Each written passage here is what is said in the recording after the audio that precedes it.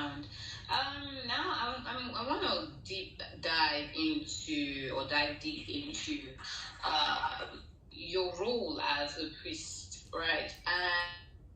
And what your thoughts are about feminism, about female representation in all levels, diversity, inclusivity of colors, of sexes, of even sexuality, and how this relates with the Orisha practice, right? Because I've spoken to, during the few years that I have, I think 2 years now, that I have ever started working on topics like this, I've mostly spoken to men, right, of the Igbo spirituality and Yoruba spirituality.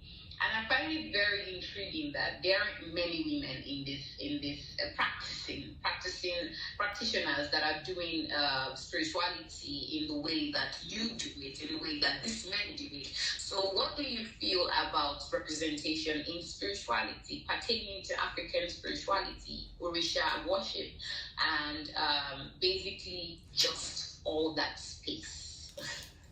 So, Miss Opara, I told you already that I love that you are so bold. I just love that about you. We only spoke that one time, but I really can feel you, and you are audacious. I just love your spirit. I have to say that. And I told you also that I love the questions that you were even asking about that, because we need more people asking these kinds of questions, right? I want to go back really quickly to something you said in your introduction or opening to our interview. And you said that you like the fact that I don't say priestess. Do you know how many debates I have had with men, only men, about the fact that I do not label myself a priestess? I just say priest. Well, these were only African American men, by the way. But something I want to I want to take it there, because you asked me to take it there. I really want to take it there. Let's talk about the Yoruba language, number one. Right here, there's no pronoun for him or her. You have O. The Yoruba people aren't doing it in Ifa, So why am I now going to say priestess? Now, what we do have, which I feel like is much more appropriate, is Ìyánifá, Babanifa, Ìyá-Orisa, Baba-Orisa. For me, that is more profound, that is more rich, because it stamps, it seals, it cultivates the vibration of the role of the mother, the role of the father. That's responsibility. I prefer you call me a mother, because that's more true to my destiny, that's more true to my life calling, and that's most true and accurate to the way I live my life day to day. I am a nurturer, I am a protector, fierce protector. I am a caretaker, I am a justice seeker.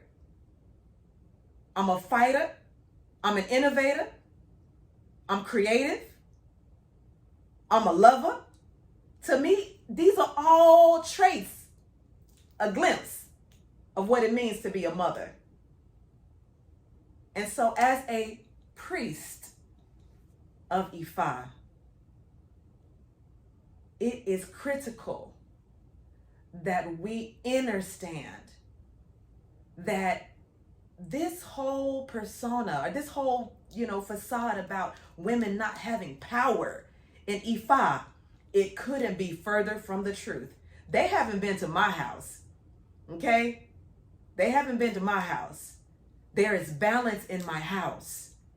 I cannot do everything Oluo does. Oluo cannot do everything that I do. I do not want to do all the things that Oluo does. And I'm sure he doesn't want to do all the things that I do.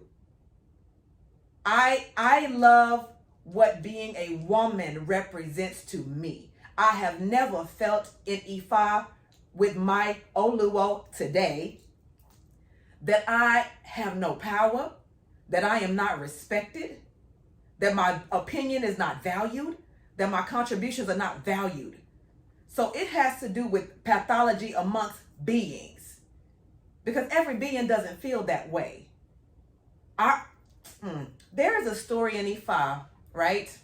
What is this? Okay. This story in Ifa. This is about Orisha Oshun managing her husband Orunmila's affairs. Because Orunmila goes on these sojourns. He's a prophet of Ifa. He's traveling all the time, doing spiritual works for people, healing people all around. So he travels a lot and stays gone from home for long periods of time. Well, just because he's gone from home doesn't mean the operations at home stop. During those times, there wasn't any telephone. Nobody had an iPhone or an Android. Nobody had a pager. You know, we communicated more psychically then. Our spiritual abilities were more heightened and were more enhanced. So Orunmila going on his sojourn, his wife, Oshun, people are still coming to the house because they don't know he's gone.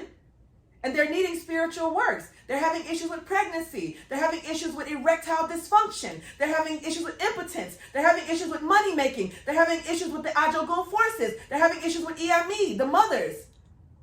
Various issues, sick children, so on and so forth. So what's Oshun gonna do? She gonna turn these people away and tell them, I cannot help you? No, she's become an apprentice to her husband, directly and indirectly. She's watching her husband day in, day out, what he does. She's learning from him. Not only is she learning from him, she's also cultivating her own craft. And so Orisha Oshun gets sanction, gets ashe from her husband to be able to utilize certain tools that she sees him using. Not every tool, because there are some tools that women should not be touching. Why? Because there are adverse consequences. Us seeing everything that men see can cause us reproductive issues, can even cause blindness, can even cause auditory issues or stomach issues down the line. So these people who are talking about these things, sometimes they may not be as well educated. And this is not just people in the diaspora. I've even encountered people who are indigenous to the continent of Africa who have some of these views that are just inaccurate. I have excellent teachers at Ifa. They are 5th generation, 6th generation Ifa priests, men and women. I get my education from the source. I don't say what they have not taught me. And what I do know is that Orisha Oshun was holding it up on the home front while her husband was away. And her interventions, her spiritual interventions, were efficacious. No one reported to Orunmila, hey, while you were gone, we went to go see your wife and she did a spiritual work for us and it didn't work. No, they were praising Orunmila. They were praising his wife. And what they were doing as well, because her works were so efficacious, they were bringing gifts and riches to the house to thank her. When Orunmila got back home from his journey, from his sojourn, he walked into the house and he like, Oshun, where all this stuff come from? Where there's cows and goats and bees and yams? Where did all this stuff come from? And she said, my love, this is the gifts that were gifted to me from doing the spiritual works while you've been gone this long time. You see, a wise man in Ifa is going to know the value of his sacred spiritual woman. He will treat her like that. He will speak of her like that to other people. And he himself will embody that respect for her sacred femininity. And he knows what he has and he will protect her. Likewise, a woman who knows her power will not ever wish or desire to be a man. That's why they call Orisha Oshun the manly woman. They call her a manly woman because she's strong. We didn't even talk about what I'm doing, how I'm being in and out of Nigeria. But I get called a manly woman. And I have to tell these Babalaos, I am not a man. I don't desire to be a man. I'm definitely a woman. I'm a strong woman. I'm a strong woman. Olodumare makes people in all different shapes, colors, sizes, body types, etc., etc. I am the healer of the nation. I am the bringer of harmony to your household. I am the first teacher to your children. I am the one who nurtures your very cells through my culinary arts and crafts. I am the psychic visioneer for you. I see in my dreams any threat that's around you before it arrives at our front door. A wise man in Ifa is going to value the Ìyánifá. He's going to protect her, and he knows she is queen.